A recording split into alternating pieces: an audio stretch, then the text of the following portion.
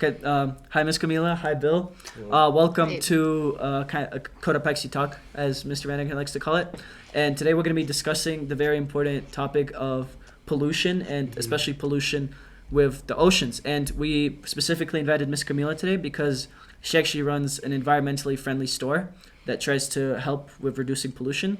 And we just wanted to ask some questions about how everybody can change their lives and how everybody can change their lives to be more environmentally sustainable and, I guess, clean in a sort of way. So what do you think, what would be one tip that you could maybe give everybody to maybe reduce the amount of waste that everybody produces?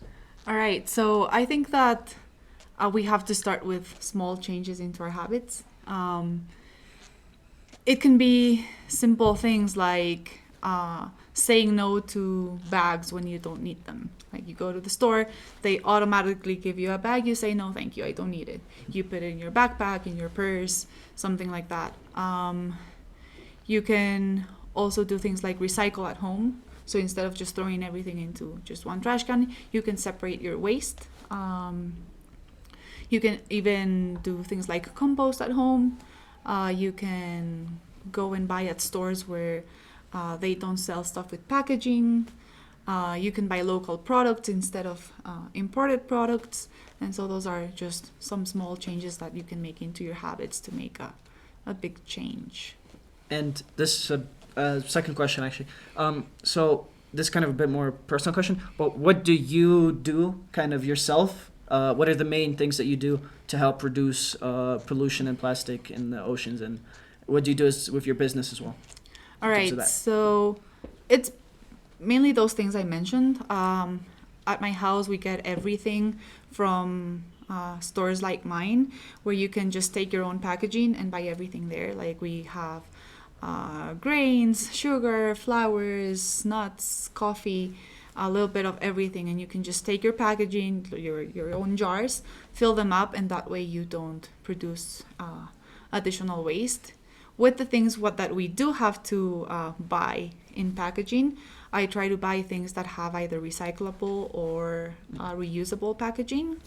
And there's many companies that work in a way that you can return the packaging, you can return the jars, and they will reuse them. So I do a lot of that.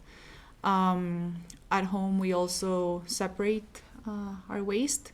So we recycle paper, recycle plastic, and we also have a compost. So all the organic waste goes into that. We don't really have a garden or anywhere where we can actually do that, but we work with a company that comes and picks up the waste once a week. And so it's really easy to just put it into the bin, and they pick it up and take it. I also work with an organization that picks up plastic waste to produce bricks for construction. And so that's basically what I do. I also buy environmentally friendly options. So for example, instead of buying a toothbrush at the store, I use bamboo toothbrushes. I have a reusable razor, things like that I use. For example, bar shampoo that doesn't have any packaging, so you use it and it's done. Things like that. Yeah. So and the final question now is, why is all of this important? Why is it important that we reduce the amount of plastic we use? Why is it important that we don't use as much, that we don't pollute as much, that we don't litter as much, that we don't make as much, produce as much garbage as... well, all that waste has an impact on our environment, right? And everything has a chain effect. If we don't take care of the plants, then we won't have enough plants to produce oxygen, to produce food. The animals won't have a place to live, anything to eat. And so it's just all a chain that will at the end affect us, right? And so if we don't take care of our environment now, we will have consequences. And we are in fact facing a lot of that now, with all the changes in climate, with all the natural disasters that we're having. A lot of that is a consequence of not knowing how to manage our production and our consumption of things. So if we have to take care of our environment to be able to have it working well for our future. Right.